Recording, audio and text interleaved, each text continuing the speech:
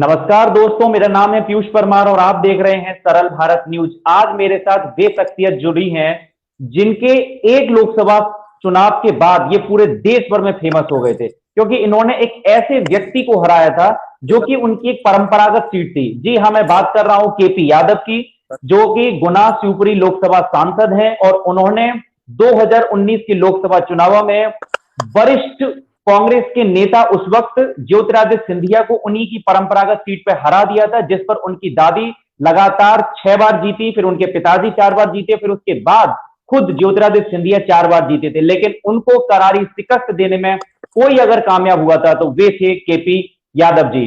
Sir, बहुत बहुत स्वागत है आपका। नमस्कार जी सर, मैं सबसे पहले आपकी राजनीतिक जीवन की चर्चा को सुनना चाहता हूं कि आपका जो राजनीतिक जीवन वो कैसे शुरू हुआ, आप किस तरीके से राजनीति में आए, संक्षेप में। देखिए, मैं पेशे से एक डॉक्टर हूं और पिछले 17-18 वर्षों से मैं अपनी स्वास्थ्य सेवाएं दे रहा हूं क्षेत्र को। मेरा एक नर्सिंग होम है, उसके साथ साथ एक मल्टी स्पेशलिटी हॉस्पिटल भी था। और राजनीति में आने का ये है कि मेरे पिताजी स्वर्गीय श्री रघुवीर सिंह यादव जी भी पॉलिटिक्स में रहे हैं। पहले जिला पंचायत अध्यक्ष रहे, वो जनपद अध्यक्ष रहे, मंडी अध्यक्ष रहे। तो मेरा बैकग्राउंड जो है पॉलिटिक्स से जुड़ा हुआ रहा है। और मेरी वाइफ भी जो है 2 बार से जिला पंचायत सदस्य हैं। तो पॉलिटिक्स में तो मैं हल्का हल्का पहले से ही था, पर हाँ, पिछले कुछ सालों से सक्रिय रूप से राजनीति में आया और जी जनसेवा के कार्यों से पहले से ही जुड़ा रहा था। तो मुझे कोई बहुत ज़्यादा तकलीफ नहीं हुई और जी धीरे धीरे पता ही नहीं चला कब यहाँ तक पहुँच गया। जी सर, गुना शिवपुरी जो लोकसभा सीट है सदा से सिंधिया राज घराने की परंपरागत सीट थी। कितना टफ कंपटीशन था आपको इस सीट को जीतने के लिए? देखिए, पूरे देश में मोदी लहर थी। पिछले 5 साल का जो भारतीय जनता पार्टी का कार्यकाल रहा था, उसमें कई बहुत अच्छे निर्णय हुए। लोगों की, गरीबों की, किसानों की जिस तरह से कार्य योजनाएं बनी, कई योजनाएं बनी जिससे कि गरीब के जीवन में खुशहाली आ सके, और उनका क्रियान्वयन भी ठीक से हुआ।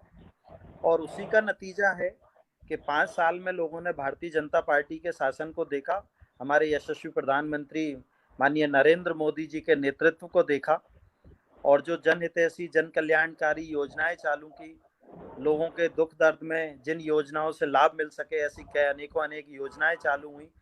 देश ने काफ़ी तरक्की की, विश्व में अपने देश का गौरव बढ़ा। तो इन सबको देखते हुए पूरे देश में एक मोदी जी की लहर थी। साथ में एक चीज़ और थी कि मेरा जो लोकसभा क्षेत्र है, वहाँ के लोग, वहाँ का यूथ, कहीं ना कहीं उनके मन में ये था कि हमारे क्षेत्र का नेतृत्व क्षेत्रीय व्यक्ति को करना चाहिए, जो इस माटी में जन्मा हो, इस माटी में पला बड़ा हो, जो इस क्षेत्र की समस्याएं जानता हो। जी और उसका शायद मुझे पूरा पूरा लाभ मिला, क्योंकि मेरा जन्म भी वहीं हुआ, मेरी शिक्षा दीक्षा हुई। इसके बाद जो है मैं कर्म भूमि भी मेरी वही बनी, और मैंने एज ए डॉक्टर वहाँ काफ़ी लोगों की सेवा की। और जो मेरा बैकग्राउंड था, तो मैं लोगों से सदा जुड़ा रहा, लोगों के दुख दर्द में लोगों के साथ खड़ा रहा। तो लोगों को कहीं ना कहीं ये भरोसा था कि हमारा व्यक्ति, क्षेत्रीय व्यक्ति, इस माटी में जन्मा व्यक्ति अगर इस क्षेत्र का नेतृत्व करेगा तो शायद इस जी क्षेत्र में बेहतर काम हो सकता है। जी सर, 2019 के लोकसभा चुनावों में आपने जनता से जितने वादे किए थे, आपने अभी तक उनको कितना पूरा कर लिया है? क्या आप खुद से संतुष्ट हैं? बिल्कुल। देखिए, जितनी व्यवस्थाएं उस क्षेत्र में होनी चाहिए थी वो नहीं हुई। चाहे हम स्वास्थ्य की बात करें, चाहे शिक्षा की बात करें, चाहे सिंचाई की बात करें, चाहे उद्योगों की बात करें। पर हाँ, मैं प्रयासरत हूँ और जनता की भावना से अपनी सरकार को हमेशा अवगत कराता रहता हूँ। पार्लियामेंट के जब जब सेशन होते हैं, हर सेशन में मैं अपने क्षेत्र की बात रखता हूँ। जितने भी मंत्रालय हैं, मंत्रियों से सदा मिलता रहता हूँ, क्योंकि मेरा क्षेत्र कृषि प्रधान क्षेत्र है। तो वहाँ सिंचाई की व्यवस्थाएं हों, उसके लिए सतत प्रयास करता रहता हूँ।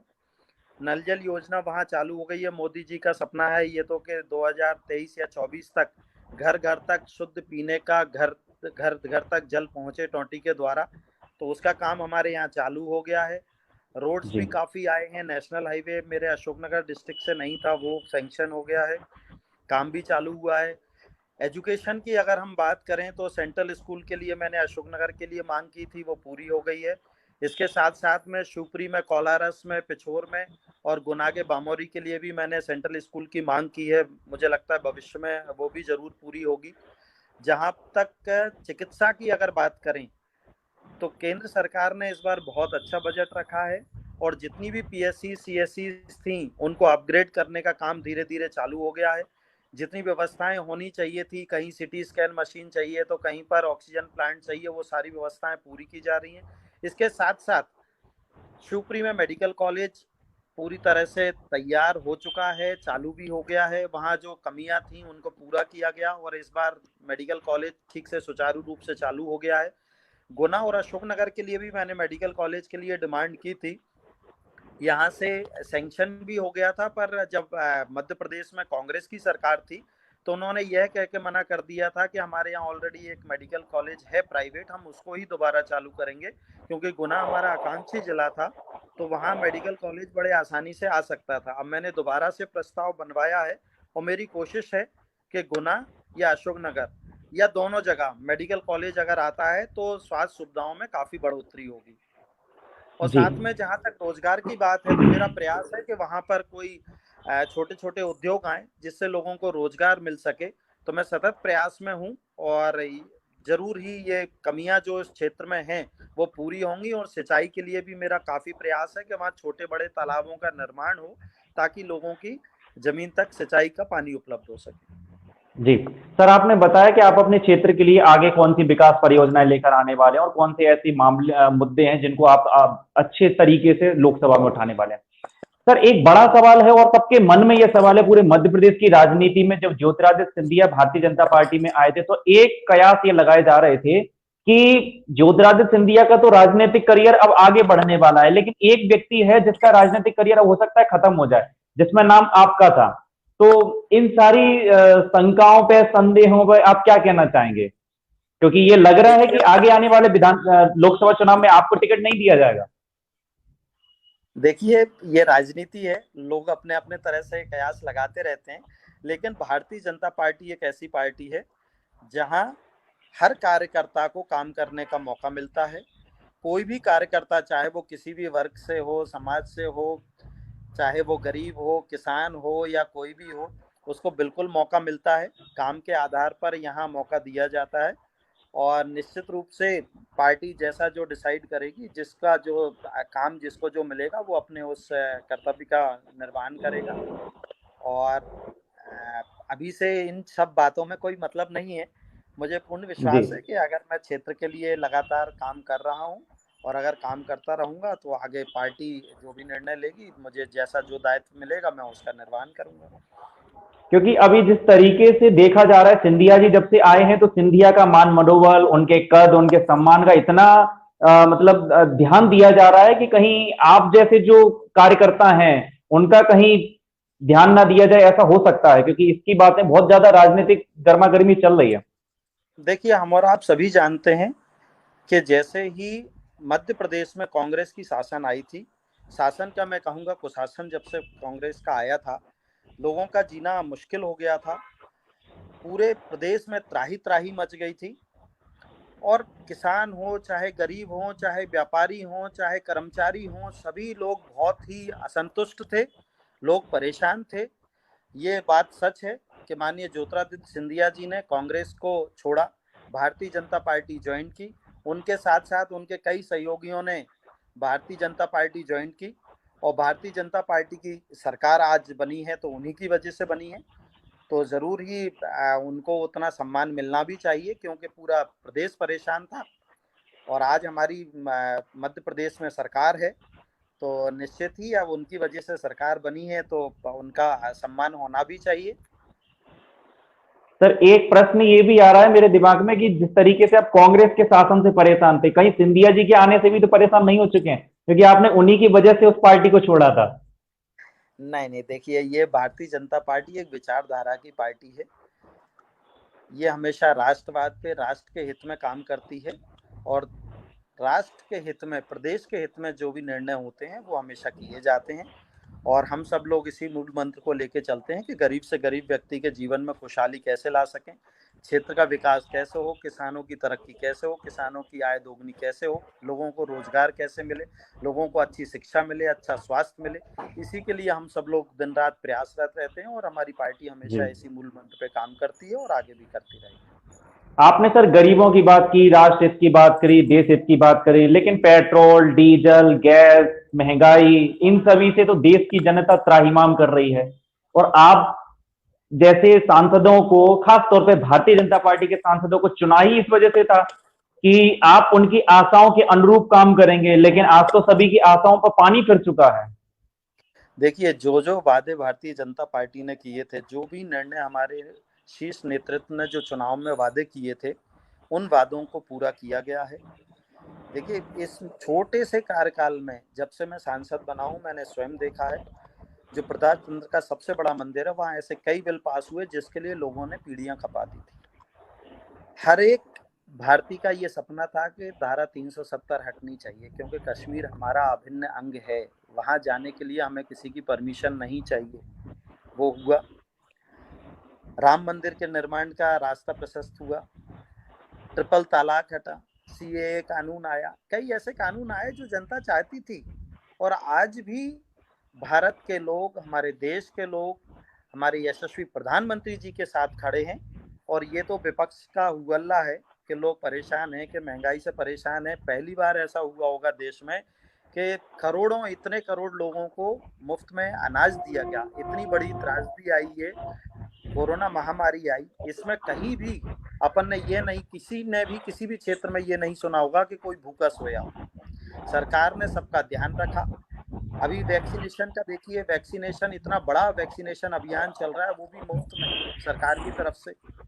तो सरकार अगर जनहित में, गरीबों के हित में कई निर्णय ले रही है, तो मेरे ख्याल से पूरा देश खुश है। देश ही नहीं, पूरे विश्व में भारत का नाम बढ़ा है, मान सम्मान बढ़ा है। और हमारे यशस्वी प्रधानमंत्री जी का भी पूरे विश्व में सम्मान किया जाता है इसके लिए, जिस तरह से उन्होंने इस महामारी के समय में देश को टैकल किया है, जिस तरह से गरीबों का ख्याल रखा गया है, जिस तरह से वैक्सीनेशन का महाअभियान चालू हुआ है, पूरे विश्व में इसकी तारीफ हो रही है।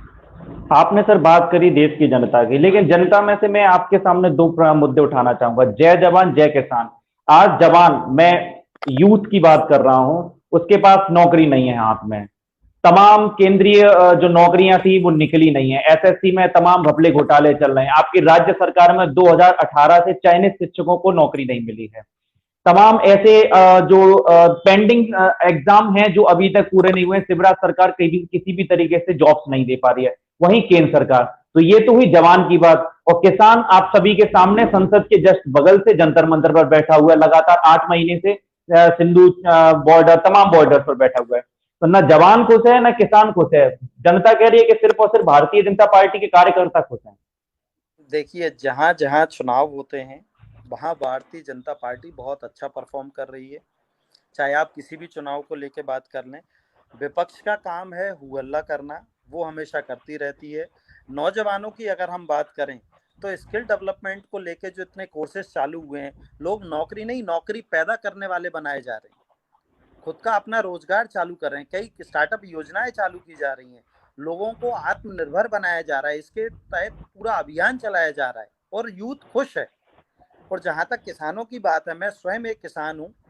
इस बिल में सरकार हमेशा सभी लोगों से, जब से ये बिल आया है, यही रिक्वेस्ट कर रही है कि इस बिल में कहाँ क्या कमी है, आप बात करिए, आप डिस्कशन करिए। लेकिन विपक्ष को डिस्कशन नहीं करना है, बल्कि कुछ लोगों को सिर्फ उन्होंने उकसा रखा है, कुछ हमारे बोले वाले किसानों को बहला फुसला के, और कुछ उनके तथाकथित जो किराए के लोग हैं, मैं तो ये कहूंगा, उन लोगों को बिठा रखा है कि आप हु अल्लाह करिए, क्योंकि समाधान हमेशा बात से निकलता है। सर अगर आपको बातचीत तो लगता है आपकी कि तरफ से किसान बंद बिल है। में, अगर आपको लगता है 22 कि किसान 22 बिल में जनवरी कोई दिक्कत है, 2021 से जी, 22 अगर जनवरी किसान बिल 2021 से में अगर जी। किसान बिल में कोई दिक्कत है, कोई हम्म। बिल में कहीं कोई कमी है, वो कुछ बदलवाना चाहते हैं, तो वो डिस्कशन करें, हम्म। सदन में डिस्कशन करें, सजेशन दें अपने। लेकिन वो उन्हें कुछ नहीं करना है, उन्हें सिर्फ हु अल्लाह करना है। और इसका साफ संकेत दिखता है कि उनके पास कोई मुद्दे नहीं बचे हैं। सिर्फ हु हल्ला करना ही उनका उद्देश्य है। बाकी ये बिल मैंने भी बहुत अच्छे से पढ़े हैं, आपने भी पढ़े होंगे और हर एक नौजवान ने पढ़े हैं, हर किसान के बेटे ने पढ़े हैं जो पढ़ा लिखा है। सब समझते हैं इन किसान बिलों से किसान की आय बिल्कुल दुगनी होगी। जो मोदी जी का सपना है कि सभी किसान सक्षम हो, आत्मनिर्भर हो और उनकी आय दोगुनी हो। निश्चित ही इन बिलों के से इनके बिल के आने के बाद किसानों की आय में बढ़ोतरी हुई है और आगे चल के बिल्कुल दोगुनी आय होगी। सर 22 जनवरी 2021 से केंद्रीय कृषि मंत्री नरेंद्र सिंह तोमर और किसान संगठनों के बीच में किसी भी प्रकार का वार्तालाप नहीं हुआ है। बातचीत का दरवाजा तो आपकी तरफ से बंद हुआ है। आप सभी लोग ये कह रहे हैं कि बातचीत करने के लिए आइए आइए। बातचीत का दरवाजा ना कल बंद हुआ था ना आज बंद हुआ है। सरकार और हमारे माननीय कृषि मंत्री श्री नरेंद्र सिंह तोमर जी कल भी तैयार थे, आज भी तैयार हैं और आगे भी तैयार हैं। लेकिन फिर बुलाया कहां जा रहा है? अभी तक विपक्ष इस बारे में चर्चा ही नहीं करना चाहता।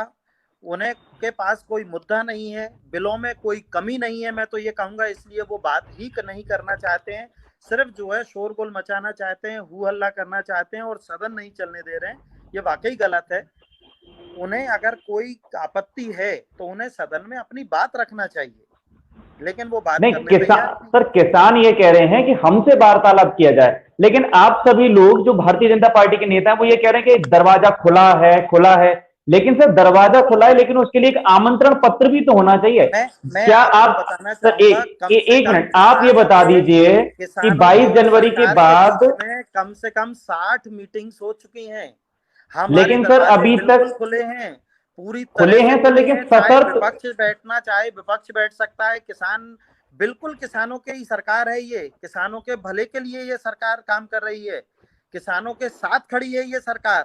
लेकिन सर किसानों के साथ खड़ी है तो आप ये बताइए, एक मिनट सर, किसानों के साथ खड़ी है, किसानों को आप खालिस्तानी और अरबन नक्सली और अभी दो दिन पहले ही मीनाक्षी लेखी ने उनको मवाली कहा है। सरकार ने कभी कोई गलत चीज नहीं बोली है, हमेशा सरकार किसानों के साथ खड़ी है, किसानों के भले के लिए काम कर रही है। किसानों की आय कैसे दोगुनी हो उसके लिए ये बिल बनाए गए हैं और हमेशा ये सरकार का सोच रही है गरीबों की, किसानों की, मजदूरों की, कैसे लोगों के जीवन में खुशहाली आ सके, कैसे लोग आत्मनिर्भर बन सकें। इसी पर हम काम कर रहे हैं और आगे भी हम काम करते रहेंगे। ये तो सिर्फ विपक्ष है जो मुद्दे को भटका देता है या उल जलूल की बातें करके और सिर्फ हंगामा खड़ा करता है। बाकी ये सरकार पूरी तरह से किसानों के हित में निर्णय ले रही है, गरीबों के हित में निर्णय ले रही है, देश हित में निर्णय ले रही है, राष्ट्र हित में निर्णय ले रही है। तो सर बातचीत कब होगी? नहीं, पूरे विश्व में ये जानते हैं लोग। तो सर बातचीत कब होगी? बातचीत के लिए दरवाजे खुले हैं। जब भी सर मैं एक चीज आपसे छोटी सी पूछना चाहूंगा, आप किसान परिवार से हैं और अपने सजेशन दे, सर आप किसान परिवार से हैं, मैं एक चीज पूछना चाहूंगा, आप मुझसे ये कहें पीयूष जी आप आइए, आपका स्वागत है, लेकिन आपकी तरफ से कोई आमंत्रण पत्र आज तक नहीं आया और किसान संगठन इतने ज्यादा हैं, आप ये कहने दरवाजा खुला है, लेकिन आमंत्रण पत्र भी तो होना चाहिए। पिछले हफ्ते जब से सदन चल रहा है, हमारे नेता हमेशा बोल रहे हैं कि आप बात करिए, आप सदन में अपने सजेशन रखिए। माननीय स्पीकर जी भी बार बार यही आग्रह करते हैं कि सभी सदस्य अपने चेयर पे बैठें, डिस्कशन करें, जिस मुद्दे पे आप बात करना चाहते हैं उस मुद्दे पे बात करें। लेकिन उन्हें बात करनी ही नहीं है क्योंकि उनके पास कोई मुद्दा ही नहीं है, उन्हें सिर्फ हंगामा करना है, इसलिए वो हंगामा कर रहे हैं। अगर कोई मुद्दा होता, कोई बात होती तो बात से ही बात बनती है। जब तक आप वार्तालाप नहीं करेंगे, आप चर्चा। सर आपकी आवाज कट गई है जी। सर आपने ये कहा कि किसान भोले भाले समझ नहीं पा रहे हैं, राजनेता को सबसे चतुर माना जाता है। कुछ ठीक है, कुछ किसान भोले वाले हैं। किसान भारतीय जनता पार्टी के साथ खड़ा है, वह जानता है कि इन किसान बिल जो आए हैं उनसे किसानों की आय दोगुनी होगी, किसानों के हित में ये निर्णय लिया गया है। सिर्फ चंद लोग जो है इसको एक मुद्दा बना रहे हैं और विपक्ष इसमें पूरी भूमिका अदा कर रहा है, इसके अलावा कुछ भी नहीं। तो सर कहीं ना कहीं आपकी पार्टी की भी तो ये कमी है कि आप किसानों को समझा नहीं पा रहे 8 महीने में। बड़ी बात यह है कि आप किसानों को छोड़िए, आप अपने खुद के सहयोगी दलों को नहीं समझा पाए। अकाली दल आपसे दूर हो गया, हनुमान बेनीवाल के सुर बदल चुके हैं, जी, आप और हम सभी जानते हैं कि किसको समझाना चाहिए, किसको नहीं समझाना चाहिए, ये लोग क्यों हंगामा खड़ा कर रहे हैं, ये हम और आप सभी भली भांति सभी लोग जानते हैं। और हम तो ये चाहते हैं कि बिल्कुल सदन में वो अपनी बात रखें, जो भी उन्हें ऑब्जेक्शन है, जहां भी उन्हें डाउट लगता है, जो भी उन्हें बिल में कमी लगती है, वो अपनी बात पूरी तरह से रखें। और हमारी सरकार और हमारे सरकार के मंत्री उनको बिल्कुल संतुष्ट करेंगे, वो ठीक से चर्चा करें, डिस्कशन होगा। क्योंकि हम सभी कहीं ना कहीं राजनीति में इसलिए आते हैं कि हम समाज सेवा कर सकें, हमारे देश के हितों में निर्णय ले सकें, यहाँ के जो गरीब हैं, किसान हैं, मजदूर हैं, व्यापारी हैं, उनके हितों में कुछ नए फैसले हों, नए बिल आए। एक सकारात्मक चर्चा होनी चाहिए, इसकी तरफ उनका बिल्कुल रुझान नहीं है। वो लोग सिर्फ हंगामा करते हैं, इसके अलावा और कुछ भी नहीं कर रहे। आप जिस पर सकारात्मक चर्चा की बात कह रहे हैं तो पूरा देश भी ये चाहता है, किसान भी चाहते हैं, और मैं ये बात से भी आश्वस्त हूं कि सरकार भी चाहती है कि ऐसी सकारात्मक चर्चा हो। लेकिन ये चर्चा होगी कब, इसके लेकर हम सभी के मन में तमाम सवाल, देखिए, और देखते हैं कब होती है। सरकार हमेशा प्रयासरत रही है और आज भी प्रयासरत है कि इस पे सकारात्मक चर्चा हो। अगर उन्हें कोई जी कमी दिखती है इन बिलों में तो वो अपनी बात सदन में रखें। जी। लेकिन आपने देखा होगा कि विपक्ष सदन चलने ही नहीं दे रहा है, वो अपनी चेयर पे बैठते ही नहीं है। जबकि सरकार की तरफ से तो हमेशा कहा गया है कि जिस भी मुद्दे पर, जिस भी बिल पर, जिस भी बात पे आप चर्चा करना चाहें, आप अपनी बात रखें। और स्पीकर साहब भी कहते हैं कि आपको पर्याप्त समय भी दिया जाएगा, जितनी देर आप बात लेकिन सर रखना चाहें। विपक्ष इस बात से खफा है कि उनके फोन टैप कर लिए। बताइए, आपने फोन उनके फोन टैपिंग में ही डाल दिए। इतनी जासूसी हो रही है। राहुल गांधी को नहीं छोड़ा आपने, अशोक लवासा को नहीं छोड़ा, यहां तक कि आपने अपने जो पटेल जी हैं आपके, जो आपके केंद्रीय राज्य मंत्री हैं, उनको भी नहीं छोड़ा। बताइए कैसे विश्वास करें आप ये लोगों पर। मैं वही तो कह रहा हूँ कि मुझे भी हंसी आ गई, आपको भी हंसी आ गई। विपक्ष कुछ भी बोलता रहता है और लोग जो है, चाहे वो राहुल जी हो और चाहे कांग्रेस की तरफ से कोई भी व्यक्ति कोई वक्तव्य देता है, तो लोगों की हंसी फूट पड़ती है। क्योंकि वो बिना सर पैर की कोई भी बात करते हैं, मुद्दे की बात कोई करते नहीं है। उन्हें जो है अब बड़े हो जाना चाहिए, सीरियसली बात करना चाहिए, देश हित में, राष्ट्र हित में, किसानों के हित में, देश के हित में कम से कम जो मुद्दे हैं उन पे तरीके से चर्चा होनी चाहिए। और ताकि आगे कई रास्ते निकलें, देश तरक्की करे। और हम सभी का सपना है, अब तो ये मोदी जी के साथ साथ पूरे देश के युवाओं का सपना बन गया है कि एक दिन हमारा देश विश्व गुरु बने। और इसके लिए सभी जी। प्रयासरत हैं, सभी मेहनत कर रहे हैं, तो उन्हें बड़ा बनना चाहिए और सकारात्मक चर्चा करनी चाहिए। मध्य प्रदेश में 3 विधानसभा के उपचुनाव हैं और एक संसदीय चुनाव है खंडवा का। क्या तैयारी है भारतीय जनता पार्टी की? भारतीय जनता पार्टी की तैयारी हमेशा ही रहती है। कभी भी कोई जगह कहीं भी चुनाव आ जाए, हम बूथ लेवल तक हमेशा हमारा कार्यकर्ता काम करता रहता है। क्या इसलिए दमोह हमें जैसा कुछ हाल तो नहीं होगा आपका? अलग से तैयारी की कोई जरूरत नहीं है। हमारी पूरी तैयारी है, जब चुनाव होगा तब आप स्वयं देखेंगे। तो दमोह में सर तो आपका बुरा हाल हुआ था। नहीं, कहीं कोई बुरा हाल नहीं हुआ है। कहीं कोई कमी रह गई होगी तो आगे वो कमी आपको नहीं दिखेगी। अच्छा सर, मैं ये पूछना चाहता हूँ, एक मध्य प्रदेश के युवाओं के मन में ये बड़ा गंभीर सवाल है रोजगार को लेकर। रोजगार कहीं दिखाई नहीं देता, नई फैक्ट्रीज आती नहीं है। तमाम शिवराज सिंह चौहान जी ने बहुत सारे समिट कर लिए, इन्वेस्टर समिट हो देखिए, चाहे कुछ भी हो, मैं या एक गुना में मिनट लेके। जी पीयूष जी मैं आपको टोकना चाहूंगा। जब से अभी माननीय शिवराज सिंह जी ने मुख्यमंत्री पद की शपथ ली है, आप और मैं सभी जानते हैं कि कोरोना काल आ चुका था। इस महामारी में किस तरह से माननीय शिवराज सिंह जी ने काम किया है, ये मध्य प्रदेश के एक एक व्यक्ति को पता है। मध्य प्रदेश का, मैं तो कह रहा हूँ पूरा देश जानता है कि हमारे यशस्वी मुख्यमंत्री जी ने कितनी मेहनत की है। अपने लोगों को कैसे बचाया जाए इस महामारी से, उसमें किस तरह से काम किया है, ये किसी को कहने की, बताने की जरूरत नहीं है। उन्होंने स्वयं तो 18-18, 20-20 घंटे काम किया ही है। बल्कि मैं तो कहता हूं कि उनसे प्रेरणा लेके भारतीय जनता पार्टी का एक एक कार्यकर्ता लगा रहा, सही समय पे सही निर्णय लिए और अपने लोगों को कैसे सुरक्षित रखा जाए, कैसे बचाव हो, उस पर काम किया है। और इस 1-1.5 साल से आप भी जानते हैं, मैं भी जानता हूं कि किस तरह के हालात रहे पूरे देश में। तो मध्य तो सर प्रदेश भी इसी तरह 2020 से गुजर पहले ही रहा कितने, है। 2020 से पहले के भी तो रोजगार की स्थिति बहुत ज्यादा खराब थी। 2018 के चयनित शिक्षकों को नियुक्ति नहीं मिली। पटवारी का भी मामला तमाम लगातार संदेह के घेरे में रहा है। आगे कोई जॉब्स निकली नहीं है सर। तमाम युवा एज्ड हो चुके हैं, अपनी ओवर एज्ड हो चुके हैं, उनके लिए कोई नौकरी नहीं है। उद्योग धंधे कोई नए खोल नहीं रहे। मैं चलिए ठीक है, साल 2 साल को हम छोड़ दें, लेकिन उससे पहले भी तो मुख्यमंत्री शिवराज सिंह चौहान श्यामला हिल्स पर ही विराजते थे 13-14 साल तक। देखिए, माननीय शिवराज सिंह चौहान जी ने जो काम किए हैं उसका ही नतीजा है कि भारतीय जनता पार्टी आज जो है इतने सालों से बार बार रिपीट हो रही है।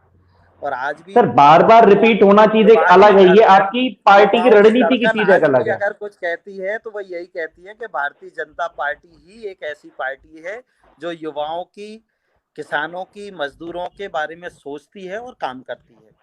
और इसी का नतीजा है कि हम बार बार सरकार में आए और पिछले कुछ दिनों के लिए कांग्रेस का कुशासन आया था, वो भी हमारे युवाओं ने भी देखा, हमारे किसानों ने भी देखा, हमारे मजदूरों ने भी देखा, हमारे व्यापारियों ने भी देखा। पूरे प्रदेश में त्राही त्राही मची थी और लोग प्रार्थना करते थे ईश्वर से कि कब फिर से माननीय शिवराज सिंह चौहान जी मुख्यमंत्री बने और इस संकट से हमें मुक्ति मिले। और ईश्वर ने देखिए उनकी सुनी, हम सभी की सुनी, और फिर से भारतीय जनता पार्टी की सरकार है मध्य प्रदेश में भी। और यही सब चाहते थे और चारों तरफ फिर से जो है खुशहाली फैली है, फिर से जो है लोगों को रोजगार भी मिल रहा है। किसानों के हित में, गरीबों के हित में, मजदूरों के हित में निर्णय भी लिए जा रहे हैं। और निश्चित ही हमारा मध्य प्रदेश स्वर्णिम मध्य प्रदेश बनेगा, क्योंकि आप जानते हैं कृषि कर्मण अवार्ड कितने सालों से मिल रहा है, किसानों की आय कितनी बड़ी है, उपज कितनी बड़ी है मध्य प्रदेश में, सिंचाई का रकबा कितना बड़ा है मध्य प्रदेश में। तो हर चीज में मध्य प्रदेश ने काम किया और उसी का नतीजा है कि बार बार हमारी सरकार बनी है। नहीं सर, अब आपने ये कहा कि लगभग 1.25 साल तक कमलनाथ का कुशासन चलता रहा इस प्रदेश में, लेकिन अब भी युवा बहुत ज्यादा परेशान है। अगर अब उनके जो आशाओं के अनुरूप अगर आप लोगों ने काम नहीं किया तो जो अभी आपने युवाओं की आशा के अनुरूप ही काम किया जा रहा है और कोई युवा हताश नहीं है, ना कोई परेशान है। लोग आत्मनिर्भर बन रहे हैं, लोग स्टार्टअप्स चालू कर रहे हैं, लोगों को नए नए अवसर मिल रहे हैं, स्किल डेवलपमेंट के कोर्सेज चालू हुए हैं, तो लोग खुश हैं। किसी 2-4 लोगों के कहने से हम ये नहीं मान सकते कि सर आज ही की मैं आपको घटना बताऊं, चयनित शिक्षकों को नियुक्ति न मिलने के कारण भारतीय जनता पार्टी के भोपाल स्थित कार्यालय के बाहर उन शिक्षकों ने धरना दिया है। यह आज की ही खबर है। देखिए, आप बताइए। हर व्यक्ति को आजादी है कि वो अपनी तरह से अपनी बात रखे। धरने पहले भी होते रहे हैं, धरने अभी भी हो रहे हैं। धरने, ऐसा कौन सा प्रदेश है जहां धरने नहीं होते हैं। लोग अपनी बात सरकार तक पहुंचाते हैं, लेकिन जो बात मानने लायक होती है सरकार उस पर विचार करती है और जरूर निर्णय लेती है। तो ये तो चीजें पहले भी चलती आई हैं, अभी भी चल रही हैं और आगे भी चलती रहेंगी। लेकिन मैं तो इतना जानता हूं कि भारतीय जनता पार्टी हमेशा देश हित में, प्रदेश के हित में, लोगों के हित में निर्णय लेती रही है और आगे भी लेती रहेगी। ठीक है सर, एक दर्शक का सवाल आ रहा है, उन्होंने कहा, एक दर्शक का सवाल है सर, किसानों को 2020 का फसल बीमा क्यों नहीं दिया गया? जी सर, बस लास्ट सवाल है आपके। Thank you. अंतिम सवाल सर आपसे, किसानों को 2020 का फसल बीमा क्यों नहीं दिया गया मध्य प्रदेश में? आपकी आवाज नहीं आ रही सर।